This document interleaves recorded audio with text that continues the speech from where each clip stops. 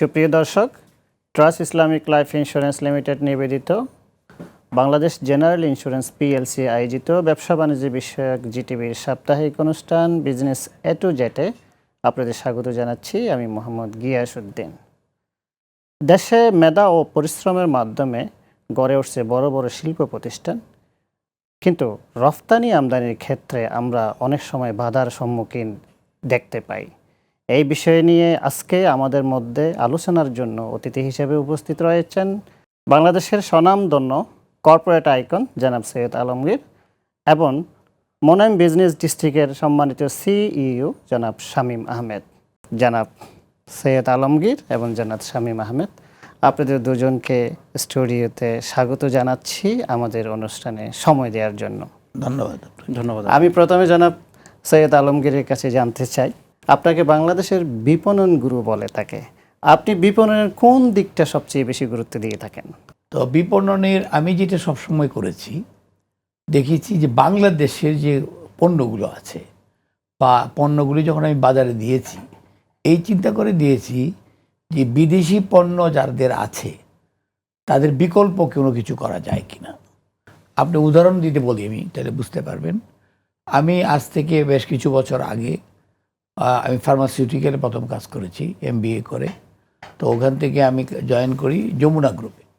তো যমুনা গ্রুপের চেয়ারম্যান বাবুল সাহেব বললেন যে আমার কাছে প্রচুর অর্থ আছে বিনিয়োগের জন্য, আপনি ভালো জায়গা দেখেন কোথায় বিনিয়োগ করা যায়। তা আমি আমার থট প্রসেসে ভাবলাম যে বাংলাদেশে অনেক মাল্টিন্যাশনাল কোম্পানি আছে, তারা ডুইং ভেরি গুড বিজনেস, কিন্তু তাদের কোনো সেকেন্ড নাই এবং সেকেন্ড কোনো লোকাল কোম্পানিও নাই। যেমন উদাহরণস্বরূপ ইউনিলিভারকে বিট করে এরকম কোনো দ্বিতীয় কোম্পানি নেই। যেমন ধরেন জুতার মধ্যে বাটা, তখন তো অ্যাপেক্সের নাম ছিল না, ভাবলাম যে বাটার সেকেন্ড কী করা যায়। অক্সিজেন, আমার বন্ধু তখন অক্সিজেন MD, আমি বললাম যে ওর পরিবর্তে অক্সিজেন বাতাস ধরে তারা বিক্রি করে আর ওয়েল্ডিং ইলেকট্রোড বিক্রি করে এত দাম দিয়ে, তো এগুলোর বিকল্প তো অবশ্যই করা যায়।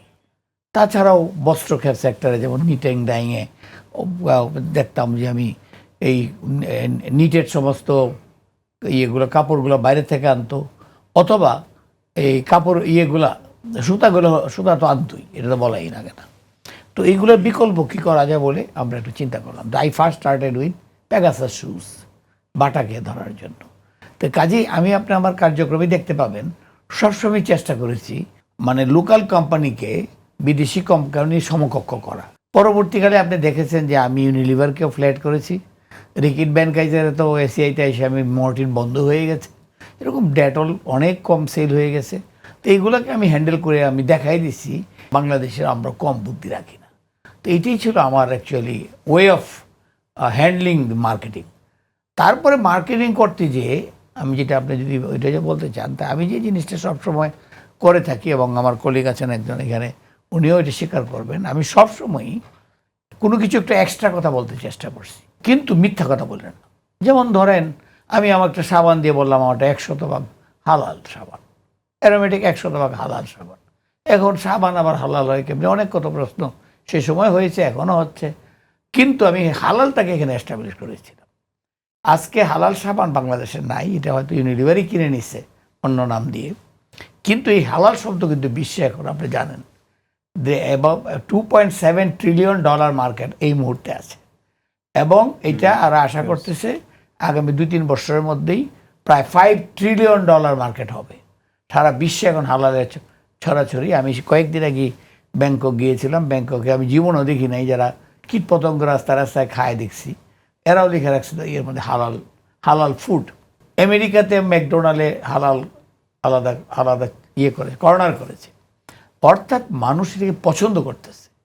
পোশাকে হালাল দিয়েছে, এভিয়েশনে হালাল দিয়েছে, আর আপনাদের তো হালাল ফাইন্যান্সিং তো আছেই, এটা এই ওয়ার্ল্ডে অনেক সুনাম করেছে। তো এইভাবেই আমি একটা সত্য কথাকে একটু মানে ডাইভার্সিফাই করে বলার চেষ্টা করি।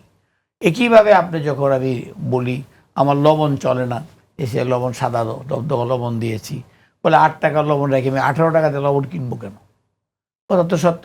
আমি বলি তো ময়লা, স্যার আপনি কি লবণ পায়ে খেয়ে বড় হয়েছেন, ওই ময়লা লবণ খেয়েই তো স্যার আপনি তো বুদ্ধিমান হয়েছেন, তারপর কী সমস্যা? তা আমি বললাম যে না, এটা তো এবং হবে না, একটা কিছু করতে হবে।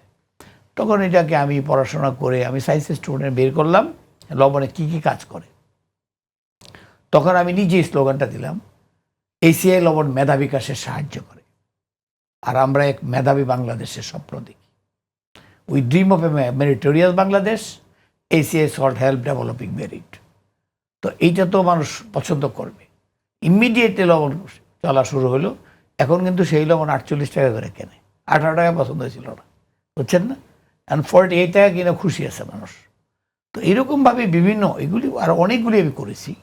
যেমন ধরেন আমার লেটে আমি যখন আকিজে গেলাম তখন ছিল ফ্রুটস মানি ফ্রুটিকা, এটা আমি বলে দিলাম। অথচ ফ্রুটিকার কী ছিল, ফ্রুটিকা খাইলে সত্য কথা বলে, এই মানে ডুব দিয়ে উঠে কী করে কী না করে, এই কী আরম্ভ করলো। আমরা মার্কেটিংয়ে একটা ব্র্যান্ড প্রমিস বলি, জেনেমি সাহেব, আমরা একটা ব্র্যান্ড প্রমিস বলি যে একটা ব্র্যান্ড বাজারে দিই তখন তার সঙ্গে একটা প্রমিস দিই। যেমন ধরেন মজোতে ছিল অন্তর ইজ অন, তাই বলে অন্তর ইজ অন কি? চেয়ারম্যান সাহেব বললাম, কই যে ভাই এটা বুঝে, আমি চেঞ্জ করে দিই, কয় হ্যাঁ আপনি দিতে পারেন। ওই অন্তরে তারুণ্য, অর্থাৎ মজ তরুণরা তরুণরা খায়, তাদের অন্তরে একটা তারুণ্য লাগে। ক্লেমন বলে, কেন ক্লেমন করে লেমনের মতো লাগে? আমি তো বলেন নাই তো। তো বলে এটা বলে ভাগিয়ে দিলাম যে ক্লিয়ারলি লেমন, জিনিসটা বুঝলেন? তারপরে ইয়েতে ফ্রুটিকাতে, আমি না ফ্রুটিকা তো খেয়ে কেউ সত্য কথা বলতে শুনি নাই। তো ব্র্যান্ড প্রমিস তো ঠিক হইল না। ব্র্যান্ড প্রমিস হবে এইটাই যেটি সত্য, এটা নিয়ে খেলা করা যাবে না, ঠাট্টা করছে। আমি ডাকলাম ওদেরকে যারা করছিল, ওরা আমাদের পরিচিত ছেলেরা। আমি বলি, তোমরা এটা কী করছো? ওই করলাম। আমি চলে না তো, তোমরা করে যদি চালাইতে পারতা তাই তো আমি খুশি হইতাম। ওই তো ফ্রন্টের কাছেই যেতে পারে না। তো আমি বলি, তোমার এটা ভুল আছে। তুমি প্রথমত আমি বোতলটারে পুরোটারে র্যাপার দিয়ে দিলাম বইরে, ফ্রুটিকা রাখলাম লম্বা করে বিদেশি মতো করে, তারপরে বললাম ফ্রুটস মানি ফ্রুটিকা, এটা আমার প্রমিস। মানে আপনি যখনই ফ্রুটসের কথা মনে হবে, এই যেমন এখন আম নাই, আম খাইতে ইচ্ছে হয়েছে, তার মানে ফ্রুটিকা খান। আপনি যদি লিচি খাইতে ইচ্ছে হয়েছে, লিচি খান। এই আপনি অরেঞ্জ হয়তো আছে, তো অরেঞ্জও আপনি খেতে পারেন।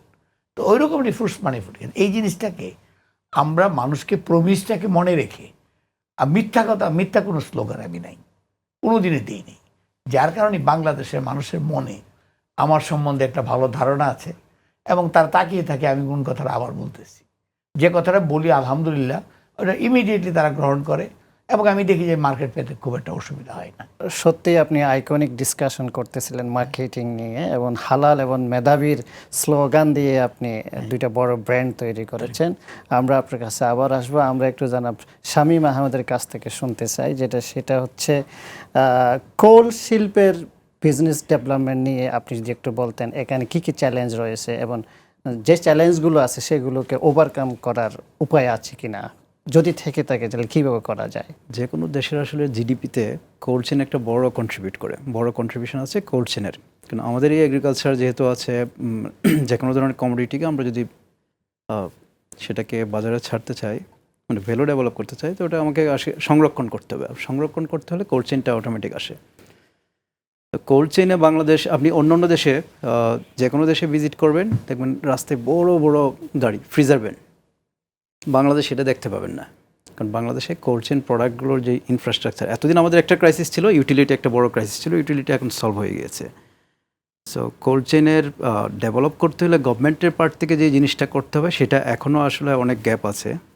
ধরেন কোল্ড স্টোরেজের ইকুইপমেন্ট, ট্রাকের রেফ্রিজারেশন সিস্টেম, এগুলো তো এখনও খুব হাই ডিউটি। যে কোনো কোল্ড চেন প্রোডাক্ট বিক্রি করতে হলে, আমি যদি আইসক্রিমেই বলি বা অন্যান্য ফ্রোজেন ফুড বলি, একটা সেলস জেনারেটিং একটা অ্যাসেটে ইনভেস্ট করতে হয়, একটা ফ্রিজার একটা দোকানে প্লেস করতে হয়। সেই ফ্রিজারের ডিউটিটা এখনও 110%। তো আপনি যে একটা প্রোডাক্ট ইম্পোর্ট করে যদি এত চ্যালেঞ্জ থাকে, যে কোল্ড স্টোরেজ থেকে নিয়ে ফ্রিজার থেকে নিয়ে একটা বড় চ্যালেঞ্জ আছে। কিন্তু মার্কেট বড় হচ্ছে বাংলাদেশে, কারণ আপনি জানেন 8th largest populated country, 8th largest market আমরা বলতে পারি। তো সেইখানে 8th লার্জেস্ট মার্কেট ওয়ার্ল্ডের মধ্যে লিমিটেড ল্যান্ড আছে আমাদের, সেগুলোকে আমরা যতটুকুই গ্রো করি সেটাকে যদি সংরক্ষণ করে সারা বছর দিতে চাই কনজিউমারকে, আমার কোল্ড চেনে ডেভেলপ করতেই হবে। আপনি আমাদের নাইবার কান্ট্রি ইন্ডিয়াতে যান, শ্রীলঙ্কায় যান, ওরাও তো আমাদের মতোই, পাকিস্তানে যান, সব ধরনের চেন চলে আসছে, কারণ ওদের কোল্ড চেন ইনফ্রাস্ট্রাকচারটা খুব ডেভেলপড, গভর্নমেন্ট সাপোর্ট করেছে, ওটা ডেভেলপ করেছে। তো কেন কোল্ড চেন লাগে ওদের? কারণ ওদেরও বিভিন্ন ধরনের প্রোডাক্ট বাইরে থেকে আনতে হয়, এনে এটা কোথায় রাখবে, কোল্ড স্টোরেজে রাখতে হবে, সেটা ফিজিবল হইতে হবে। সো ওই জায়গাটাতে আমরা এখনও অনেক চ্যালেঞ্জ ফেস করছি, যেটা বললাম যে কাস্টমস ডিউটি গভর্নমেন্টের, ইনফ্যাক্ট ইকুইপমেন্টের ডিউটি, আপনি পরে যে প্রোডাক্টে যাবেন সেটাতে তো আরও চ্যালেঞ্জ আছে। আরেকটা হচ্ছে বাংলাদেশের যে এগ্রিকালচারটা আছে সেটাকে কিন্তু আমরা সংরক্ষণ করতে পারবো। এখনও বাংলাদেশ হচ্ছে পটেটোতে 8th largest potato producing country in the world, but আমরা কিন্তু ফ্রেঞ্চ ফ্রাইজ এখনও ইম্পোর্ট করি। আপনি যে কোনো জায়গায় যাবেন, এটা কিন্তু বাংলাদেশের ফ্রেঞ্চ ফ্রাইজ না, নেদারল্যান্ড থেকে আসে, আমেরিকা থেকে আসে। আমরা এখনও আপনি 5 স্টার হোটেলে খাবেন, যেই গ্রিন পিসটা খাবেন সালাদে, সুইটকর্ন খাবেন, সেটা এখনও ইম্পোর্টেড। সেটা কি ইম্পোর্ট হয়? ফ্রোজেন ইম্পোর্ট হচ্ছে। সো আমাদের তো আছে আসলে। আমি যদি 7th largest potato producing country হই, তো আমার সেটা প্রসেস করতে হবে, এবং প্রসেস করতে হলে আমার কোল্ড চেইনকে ডেভেলপ করতে হবে, কোল্ড স্টোরেজ ডেভেলপ করতে হবে, কোল্ড চেইন ইনফ্রাস্ট্রাকচার ডেভেলপ করতে হবে। শুধু একটা আলু সংরক্ষণের জন্য কোল্ড স্টোর করলে হবে না। সেটা আমরা দেখতে পাচ্ছেন যে কখনো কখনো কোল্ড স্টোরেজে আলু বেড়ে যায়, দাম কমে যায়, কৃষকরা কান্না করে। কারণ শুধু এই যে আলুটা গ্রো করতেছে আমরা ওইখানে রেখে দিচ্ছি, বাট এইটা যে কনজিউমারকে খাওয়াতে হবে, এটা যে একটা ভ্যালু ক্রিয়েট করতে হবে, সেটা কিন্তু ওনারা পারে, উনি করেছেও। তো এই আলু দিয়েও আমরা একটা প্রসেস করলে, যখন এটা প্রসেস করবেন তখন কোল্ড স্টোরেজের দরকার পড়বে। সো ওই জায়গাটাতে আমাদের অনেক কাজ করার আছে। লোকাল কমোডিটি, লোকাল প্রডিউস, এটাকে আমরা যদি সংরক্ষণ করে, আমার মনে হয় চাহিদা পূরণ করা যাবে, জিডিপিতেও একটা ভালো কন্ট্রিবিউট করবে। ঠিক। আমরা চাই সরকার এই বিষয়ে সহযোগিতা করুক, কোল্ড চেইনটা বাংলাদেশে ডেভেলপমেন্ট করার জন্য যেইভাবে সহযোগিতা করা দরকার, কারণ এটা তো জিডিপিতে বড় একটা কন্ট্রিবিউশন হবে এবং পেনিট্রেশন বাড়বে। আপনারা যেভাবে বলছেন, যদি সেইভাবে গভর্নমেন্ট যদি একটু সহযোগিতা করে। আমাদের সময় হয়েছে একটা বিরতি নেওয়ার। প্রিয় দর্শক, সময় হয়েছে একটা বিরতি নেওয়ার। বিরতির পর আবারও ফিরছি, আমাদের সাথে থাকুন।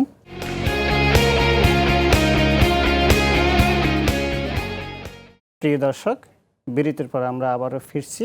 আমি প্রথমে সৈয়দ আলমগীর সাহেবের কাছে যেতে চাই। আপনি যেভাবে বলছিলেন, আপনি হালাল এবং মেধাবী দুইটা স্লোগান দিয়ে দুইটা ব্র্যান্ড প্রতিষ্ঠা করার কথা শুনেছি। একই সাথে আমরা দেখি যে অনেক কোম্পানি ভালো স্লোগান নিয়ে মার্কেটে আসে, কিন্তু এটা সাস্টেইন করে না, একটা পর্যায়ে কোম্পানিগুলো হারিয়ে যায়। তা আসলে মার্কেটে টিকে থাকার জন্য মূল মন্ত্র কি? আপনি যেহেতু বিপণন আইকন, আমরা আপনাকে জেনে থাকি, আপনি যদি একটু পরামর্শ দিতেন দর্শকদের উদ্দেশ্যে। আজকে আমার জন্য অনেক খুশির দিন। আজকে আমি একটা ইউনিভার্সিটিতে জয়েন করলাম as a full professor. I have joined daffodil international university as professor of practice. তো আপনি যেটা বললেন যে কেন এগুলাকে সাস্টেইন করে না, সাস্টেইনেবিলিটি আপনি নিজেও বুঝেন, জিনিসটাতে সত্যতা থাকতে হবে।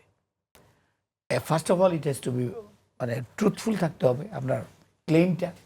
দ্বিতীয়ত আপনার প্রোডাক্টটার কোয়ালিটিটা সাস্টেনেবল থাকতে হবে। আপনি দেখেন এই যে আমরা মজো বা ক্লেমন বা আপনার ফুটিকা, এতে কিন্তু কোয়ালিটি নিয়ে কোনো কথা হয় না, বুঝছেন না? আবার আপনি আমার আগের কোম্পানির প্রোডাক্টগুলো যদি দেখেন, এসিআইতে আমি অনেক প্রোডাক্ট দিয়েছি, কিনে দিচ্ছি। এসিআইতে তো আপনি বললাম যে আমার 8 কোটি টাকার কোম্পানি, 3,500 4,000 কোটি টাকা আমি করে আসছি। তো এইগুলি কিন্তু প্রত্যেকটা ট্রুথফুল থেকে, অর্থাৎ আমার কথা হলো আপনি সত্য কথা বলবেন, কিন্তু শক্ত করে বলেন। এই যে মৌলানা রুমি বলে গেছে না, যে আপনি সে strong words but don't raise your voice. Voice raise করার দরকার নেই, স্টে স্ট্রং ওয়ার্ডস।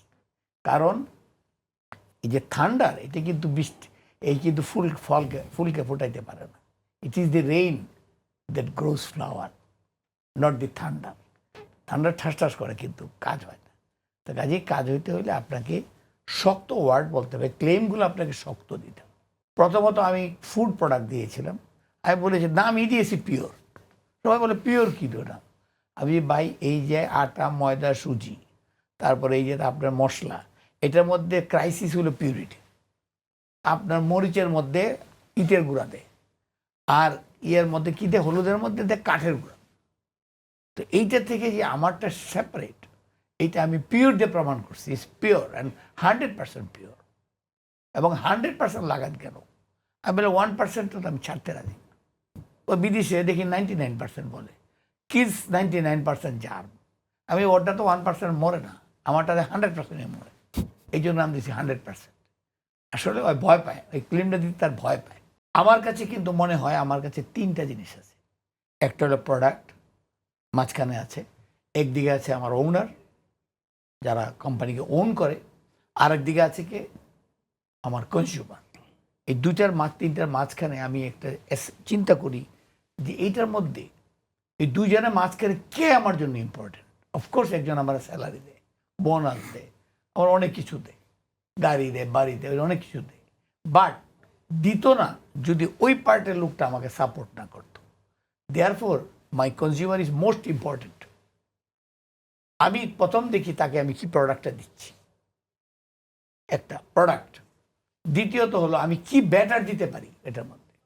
যে আপনি 100 ভাগ হালাল সাবানটাই শুনলেন, কিন্তু সাবানটা যে কী দিয়েছিলাম এটা আপনার তো মনে নাই, হয়তো থাকলে দেখতে পারতেন। ইট ওয়াজ দ্য বেস্ট সোপ। আমাকে ইউনিলিভারের ম্যানেজিং ডিরেক্টর বলছে তোমার সাবানটা একদম বেস্ট কোয়ালিটির সাবান হয়েছে। আমার জানি না এখনো মনে আছে আমার, মনে আছে কিনা। হ্যাঁ এখনো স্মেলটা মনে আছে। সাবানটা ছিল এরকম, it was made from palm oil, palm kernel থেকে এটা হয়েছে। ফলে এটার মধ্যে কোনো গন্ধ নেই, ইটসেলফ কোনো গন্ধ নেই। যে পারফিউমটা দিবেন ওই পারফিউমটা এটা অ্যাবজর্ব করবে। আর পারফিউম দিয়েছি ইউনিলিভার যদি দিয়েছে $10, আমি দিয়েছি $25। আমি যেটা পারফিউম দেবো, আমার তো ভাই এত লাভ করা দরকার না, ওনার এটা লাভ করে খাওয়া দরকার আছে, আমি তো এটা করতামই না এই ব্যবসাটা। তারপরে দিচ্ছি এমনভাবে যে সাবানটা ফেটে না যায়, শেষ পর্যন্ত চিরচিরে না হয়, গন্ধটা যেন ফ্যানাটা দিচ্ছি একেবারে লেদারিং, সুন্দর লেদারিং। তারপর উপরে কভারটা দিয়েছি, ওনার বোধহয় মনে আছে যে একেবারে আমি বলছি বেনসন অ্যান্ড হেজেলসের যেরকম কভার ওই রকম কভার দিবা। তার মানে আই হ্যাভ ডান এভরিথিং। তার উপরে ইউনিলিভারের নাম করেই বলছি, কারণ সত্য কথা যেটা, লাক্স সাবান ছিল 90 গ্রাম, তার দাম ছিল $13। আমি দিয়েছি 100 গ্রাম, তার দাম 13। বড় ছিল একটা সাইজের, বড় একটু 10 গ্রাম বেশি। আমি লিখতাম 11.11, কারণ ওই বিভাগ করলে 11.11% বড়, এবং আপনার দাম হইলো সেম দাম।